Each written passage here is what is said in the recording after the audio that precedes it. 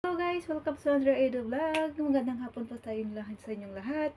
Andito naman po na tayo ngayon ay pag-usapan po natin tungkol sa sahod natin mga OFW. Yan. Siyempre, kung sumasahod ka ng more than 30,000, 20,000, kailangan alam natin po natin i-divide kung saan to napupunta ang ating sahod. Ayan. Bago po tayong pag-umpisa guys, please kung bago ka po muna sa aking channel, please subscribe my channel Andra AD Vlog. Yan. Sa akin kasi yung sahod ko naka-budget.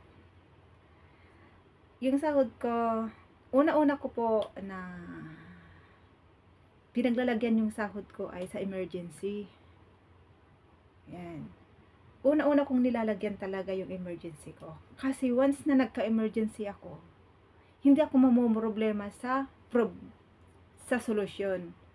Kasi meron akong naitabi na for emergency. Kasi pag may naitabi ka na gagamitin na for emergency guys, yung problema mo na lang problemahin mo kasi hindi ka na mamumroblema sa pera. Kasi may iniipon ka para sa emergency mo eh. Diba guys? Tapos, pangalawa ay allowance nila sa Pilipinas. Of course, hindi naman siya kalakihan. Sakto lang. Sakto lang. Kumbaga, pag nagpadala ako kasi ako sa Pilipinas, once a month lang. Kung kulang, hindi ko nakasalanan yon. Matuto silang mag-budget. Kasi hindi mo naman kailangan na sasabihin nila, kulang to. Paano sila? Huwag mong problemahin yung bahala na silang mag-budget. Kung magkano yung kaya mong ibinigay, iyon lang. Kasi hindi ka naman pwedeng magbigay ng sobra-sobra kasi ikaw lang din mahirapan.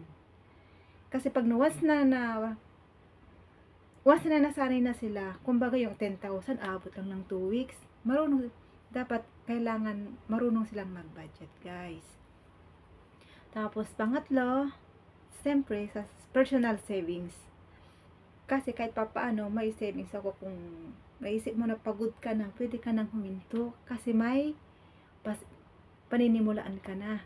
May hawak kang savings kahit papaano, kahit paunti-kunti lang. Tapos, pang-apat, syempre guys, is my allowance. May allowance naman ako syempre natitira.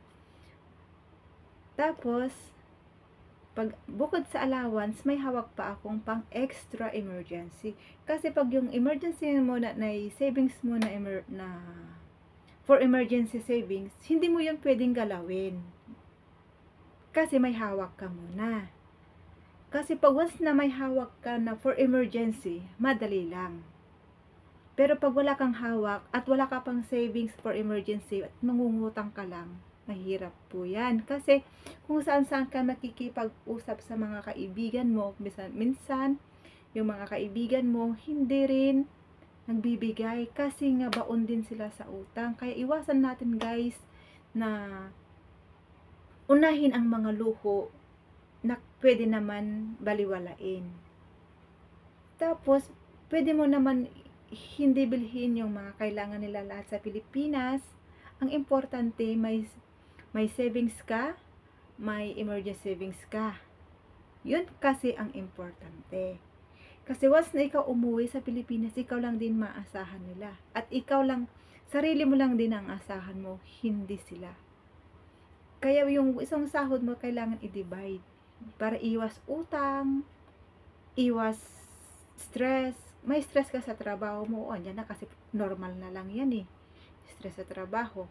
Pero pag stress ka na nga sa problema mo, stress ka pa sa pera na solusyon sa problema mo, patong-patong na, tapos utang ka pa, may maniningil pa, dagdag problema na naman guys.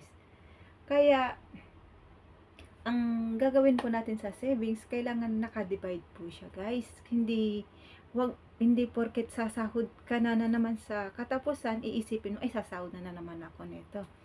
Hindi yun, wag mong isipin yung susunod na sahod mo. Isipin mo yung pagod mo para pag yung pagod mo is yan ang magtutulak sa'yo na mag-budget sa sahod mo. Para hindi ka laging sagad. Diba guys? Kasi mahirap ang magiging OFW talaga sa totoo lang. Kasi ako kasi OFW. Kaya minsan natuto rin akong i-budget kasi noon dati rin ako ganyan, bigay ng bigay. Siyempre, ramdam ko na din yung pagod ko, gusto kong umuwi. Halos hindi ako makauwi kasi nga kulang yung pera.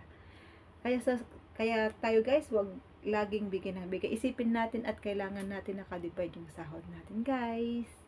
Yan lang muna natin pag-uusapan sa susunod na naman ang kabanata. Bye-bye!